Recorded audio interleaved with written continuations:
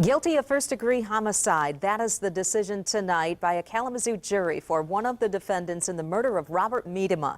24-hour News 8 Steve Kelso was there when the verdict was read. He joins us right now with the strong reactions that followed. Steve?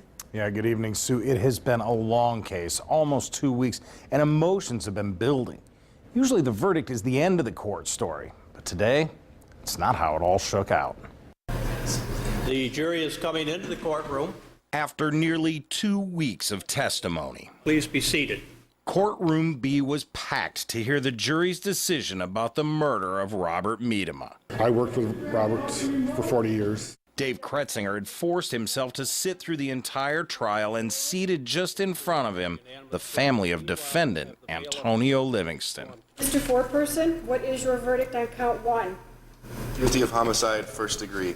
If the verdict stunned Antonio Livingston, you wouldn't have noticed, but his mother took it hard. My name is Linda Livingston, and my son Antonio Livingston has just been convicted of murder. After she stormed out of courtroom B, she collapsed in a corner, and after being checked out by medics, she wanted her message heard. My son is not a murderer, and I'm going to fight for my son. I love him. He did not do this. Robert and I we were family, even though we're blood related. Dave Kretzinger would probably tell you that today is not about Antonio Livingston. It's about Robert Medema, an almost iconic 74-year-old Kalamazoo antique dealer who was brutally beaten to death with a baseball bat in his own home. This affected a lot of people, not just Robert.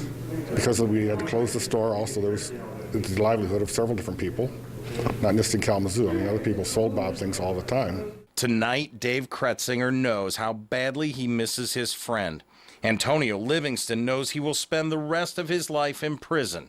And Livingston's family knows he is not guilty.